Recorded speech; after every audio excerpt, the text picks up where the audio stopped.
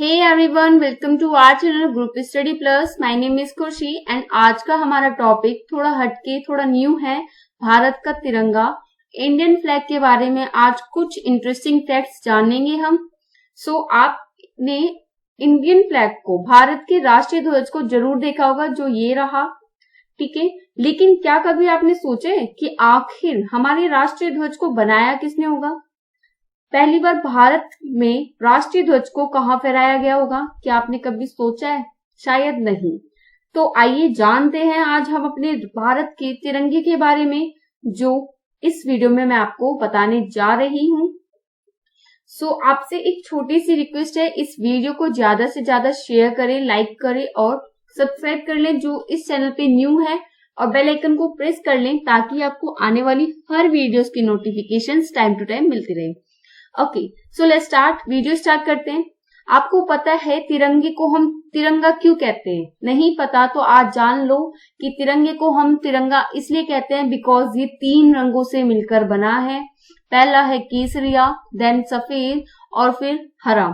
इसके बीच में जो चक्र है इसे अशोक चक्र बोलते हैं, ठीक है। इसमें 24 डंडियां होती हैं। ये नेवी ब्लू कलर का होता है। ओके, अब हम भारत के तिरंगे की बात कर ही रहे हैं तो क्यों ना इसकी स्टार्टिंग से बात करें, बेसिक से बात करें। तो आज हम भारत के तिरंगे का बेसिक स्टार्ट करते हैं, इतिहास से पढ़ते हैं भारत के तिरंगे की क्या क्या रोचक तथ्य हैं। आपको एक छोटी सी बात बता देती हूँ, जो हम झंडा देख रहे हैं, अपना भारत का तिरंगा इस टाइम पे देख रहे हैं, जो वो हमारा 6वां झंडा है, ठीक है। 6वां झंडा है वो, क्योंकि इससे पहले 5 बार झंडे बदले जा चुके हैं, 5 बार झंडों का निर्माण हो चुका है, बट उन्हें अपनाया नहीं गया। 1947 को यह झंडा लाल किले में फहराया गया और उसी के बाद से यह झंडा हमारा आज तक है। आपसे एक छोटी सी रिक्वेस्ट है कि प्लीज अपने देश का, अपने झंडे का सम्मान करें। जो आप 15 अगस्त, 26 जनवरी को अपने छतों पे झंडा फहराते हो, वो रोडों पे पड़ा मिलता है या कहीं भी आप फेंक देते हो, उससे झंडे का अपमान होता है। आप ऐसा ना करें, इससे आपको कानूनन रूप से दंड भी दिया जा सकता है, 1 साल की सजा भी हो सकती है, और तो और आपको जुर्माना भी भरना पड़ सकता है। आप प्लीज झंडे को हमेशा सम्मान दें, क्योंकि यह हमारे देश का प्रतिनिधित्व करता है, हमारे देश की शान है, आन है। ओके, ठीक है। जैसा कि मैंने आपको बताया, इसे 3 रंगों से मिलकर बनाया है, इसलिए इसे तिरंगा बोलते हैं, केसरिया, सफेद और हरा, ठीक है। इसमें गहरे नेवी ब्लू कलर का अशोक चक्र है, जो कि 24 डंडियों है उसमें, ठीक है। 1947 से पहले राष्ट्रीय ध्वज का स्वरूप 5 बार बदला गया, 5 बार चेंज हो चुके हैं हमारे भारत का झंडा। अब ये जो हम देख रहे 6वां झंडा है, जो अब हम देख रहे, ठीक है। अब जो हमारा पहला झंडा है उसके बारे में देखते हैं। 1906 में यह झंडा फहराया गया था, कोलकाता के, जो कोलकाता है उसमें फहराया गया था। इसकी डेट है 7 अगस्त 1906 को यह झंडा पहली बार कलकत्ता, जो अब हम कोलकाता बोलते हैं, उसे पहले हम कलकत्ता बोलते थे, में फहराया गया था।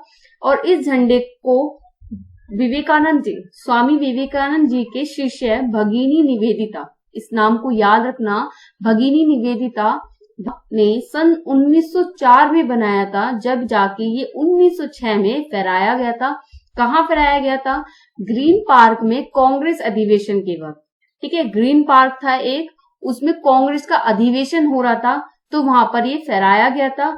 अब इसकी जो संरचना है वो आप देख सकते हैं, सबसे ऊपर हरा रंग है, फिर पीला रंग है और फिर लाल रंग है। एक तरफ चांद दिख रहा है आपको, एक तरफ सूरज दिख रहा है, ठीक है। बीच में आपका वंदे मातरम लिखा है और ऊपर आपको कमल के फूल हैं, जो कि 8 है। ओके, ये था आपका फर्स्ट झंडा, ठीक है।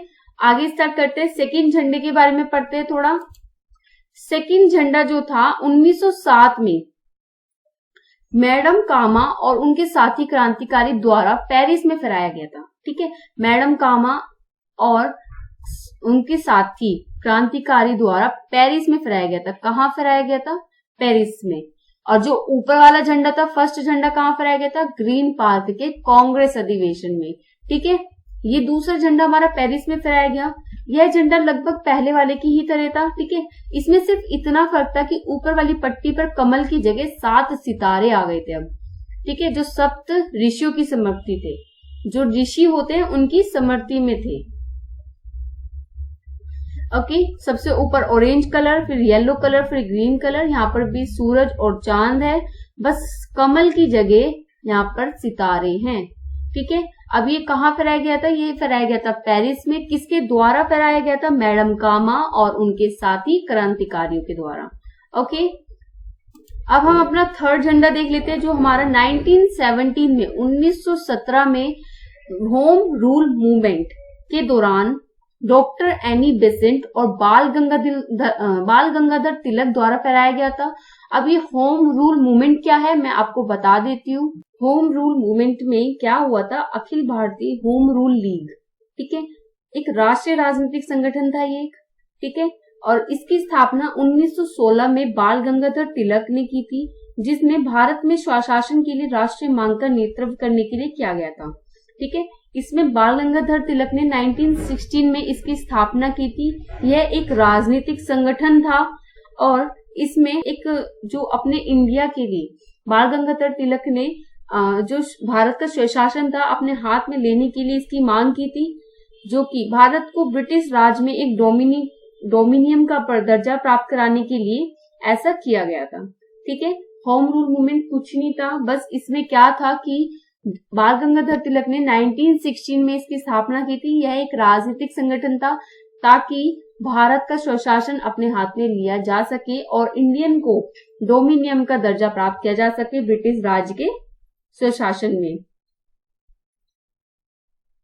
ओके, बाल गंगाधर तिलक द्वारा फहराया गया था। कहां पर फहराया गया था? ये होम रूल मूवमेंट के दौरान फहराया गया था और डॉक्टर एनी बेसेंट थी और बाल गंगाधर तिलक, इन दोनों ने यह फहराया था। इस झंडे में 5 लाल और 4 हरी आड़ी पट्टियां, हॉरिजॉन्टल स्ट्रिप्स जिसे बोलते हैं, ठीक है, ये रही हरी और लाल। और ऊपर बाएं तरफ यूनियन जैक, ब्रिटेन का झंडा, ये रहा आपका ब्रिटेन का झंडा। और दूसरी ओर एक चांद और सितारा था, यह रहा आपका चांद और सितारा। इसके अलावा इस झंडे के दाहिने तरफ निचली छोर की ओर बाएं छोर तक डायगोनली सितारे थे, ये रहे आपके सितारे। ये आपका 1917 का झंडा था, जो कि एनी बेसेंट और बाल गंगाधर तिलक के बाल गंगाधर तिलक ने होम रूल मूवमेंट के दौरान फहराया था, ठीक है। आई होप आपको कंफ्यूजन नहीं होगी, सिंपल सा है। 1917 में फहराया गया था, ठीक है, होम रूल मूवमेंट के दौरान फहराया गया था। और किसने फहराया था? डॉक्टर एनी बेसेंट और बाल गंगाधर तिलक ने। इसकी जो पिक्चर है, आपको सारी झंडे की पिक्चर्स याद करना इंपॉर्टेंट रखते हैं। ओके, नेक्स्ट हमारा फोर्थ है 1921 का झंडा, ठीक है। इस साल बेसवाड़ा, अब विजयवाड़ा ये जगह का नाम है, में ऑल इंडिया कांग्रेस कमेटी ने एक झंडा बनाया, ठीक है, और उसे गांधी जी के पास ले गए, ठीक है। ये जो झंडा कांग्रेस ने बनाया, कांग्रेस कमेटी ने बनाया, उसे गांधी जी के पास ले गए। इस झंडे में 2 रंग थे, लाल और हरा, जो भारत के 2 मुख्य समुदाय हिंदू और मुसलमानों को दर्शाता है, ठीक है। अब इस झंडे को देखकर गांधी जी ने इसके बीच में भारत के अन्य समुदाय को दर्शाने के लिए सफेद रंग जोड़ने की सलाह दी, ठीक है। अब गांधी जी के पास कांग्रेस कमेटी के जो लोग थे वो झंडा लेकर पहुंचे, तो गांधी जी ने उन्हें सलाह दी कि आप इसमें व्हाइट कलर और ऐड करो, जो भारत के अन्य समुदाय, ठीक है, हिंदू और मुसलमान को छोड़ के जितनी भी जातियां हैं उन्हें दर्शाने के लिए व्हाइट कलर का या सफेद रंग का यूज करो। साथ ही इस सफेद रंग पर चरखा भी बनाने की सलाह दी गई, जो कि भारत की प्रगति को दर्शाता है। यह चरखा हमारे गांधी जी का है, जो चरखा चलाते थे, वो उसको झंडे में बनाने की गांधी जी ने सलाह दी, जो हमारी भारत की प्रगति को दर्शाएगा। अब हम अपने 5th झंडे पे आते हैं। ये देखो आज के झंडे की तरह ही दिख रहा है, बस इसमें चक्र की थोड़ी प्रगति हुई है, ठीक है, चक्र थोड़ा बदला है और बाकी सेम कलर्स हैं, सेम जगह है, ठीक है। 1931 में यह ऐतिहासिक साल था, ठीक है, यह बहुत ऐतिहासिक साल था। इस साल तिरंगे झंडे को भारत के राष्ट्रीय ध्वज के रूप में अपनाने का प्रस्ताव पारित किया गया था और इस झंडे में 3 रंग थे, केसरिया, सफेद और हरा, जो आज भी हैं। इस प्रस्ताव को पारित करते समय यह साफ कर दिया गया था कि ये रंग किसी समुदाय के प्रतीक नहीं है। जो हमने ऊपर वाला झंडा देखा था उसमें हमने 2 कलर देखे थे, लाल और हरा, जो हिंदू और मुसलमान समुदाय को दर्शाते हैं। बट इस झंडे को बनाते समय या फिर फहराते समय साफ क्लियर कर दिया था कि यह झंडा बन रहा है जो किसी भी कलर को, किसी भी समुदाय का प्रतीक नहीं है, और इसे इसी तरह अपनाया जाएगा जिन रंगों के साथ झंडे के बीच में एक चरखा भी बनाया गया। ठीक है, इसमें पहले ही क्लियर कर दिया कि इसमें जितने भी कलर हैं वो किसी समुदाय को, हिंदू मुसलमान किसी समुदाय को नहीं दर्शाएंगे। ओके, और इसके बीच में एक चरखा भी बनाया गया जो सूत काटने का गांधी जी का चरखा था। लास्ट हमारा 6th झंडा है जो हम आज भी देखते हैं। ओके, 1947 में 22 जुलाई 1947 को तिरंगे को आजाद भारत के राष्ट्रीय झंडे के रूप में अपनाया गया। 22 जुलाई 1947 डेट इंपॉर्टेंट है, याद रखना। इस दिन भारत को, ठीक है, राष्ट्रीय झंडे के रूप में, मतलब भारत को राष्ट्रीय ध्वज मिल चुका था अपना, और उसे ही अपनाया गया था। देश की आजादी के बाद इस तिरंगे के रंगों को नहीं बदला गया, सिर्फ चरखे को बदला गया। ठीक है, पहले आपका वो वाला चरखा था जो गांधी जी चरखा काटते थे, बट उसकी जगह अब ये अशोक चक्र आ गया।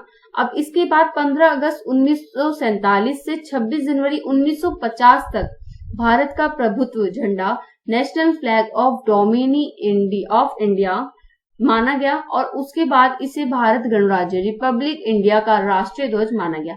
अब यह कंफर्म कर दिया गया कि यही झंडा अब रियल में रहेगा, इसके अलावा कोई चेंज नहीं होगा। इसमें कलर्स अशोक चक्र बस चेंज किया था। हमारा 1931 का जो झंडा था हमारा, उसमें यह था, ये वाला चक्र, बट अब 1947 में ये वाला चक्र आ गया जिसे अशोक चक्र बोला गया।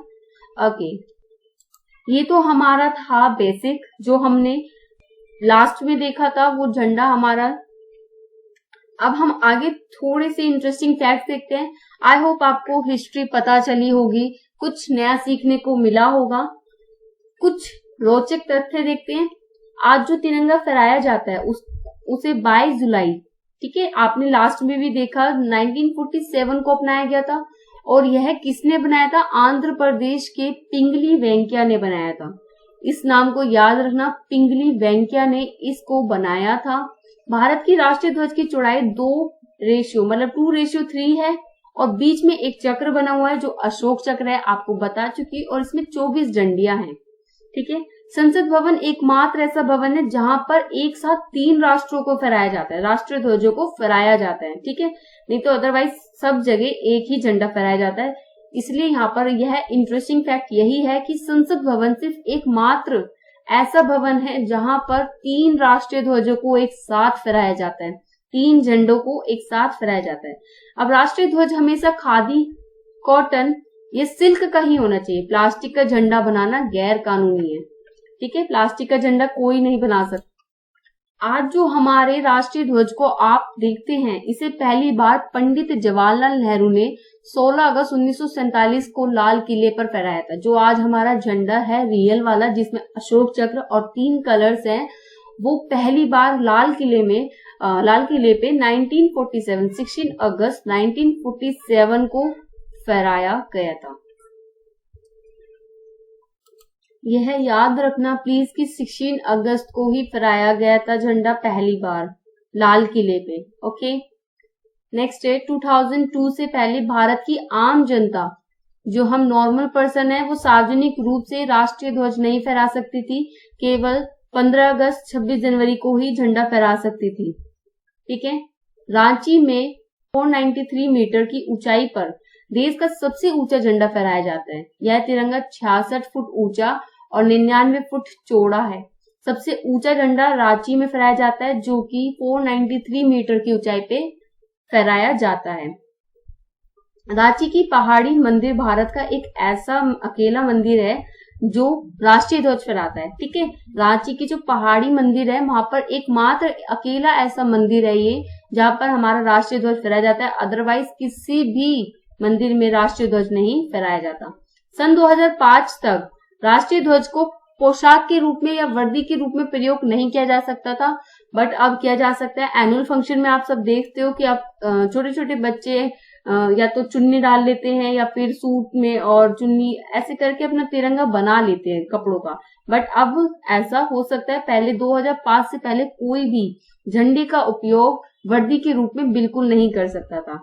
सन 2009 से पहले राष्ट्रीय ध्वज को रात में फहराने की अनुमति नहीं थी। 2009 के बाद रात में फहराने की अनुमति दी गई, उससे पहले किसी को अनुमति नहीं थी कि वो रात में झंडे को फहराए।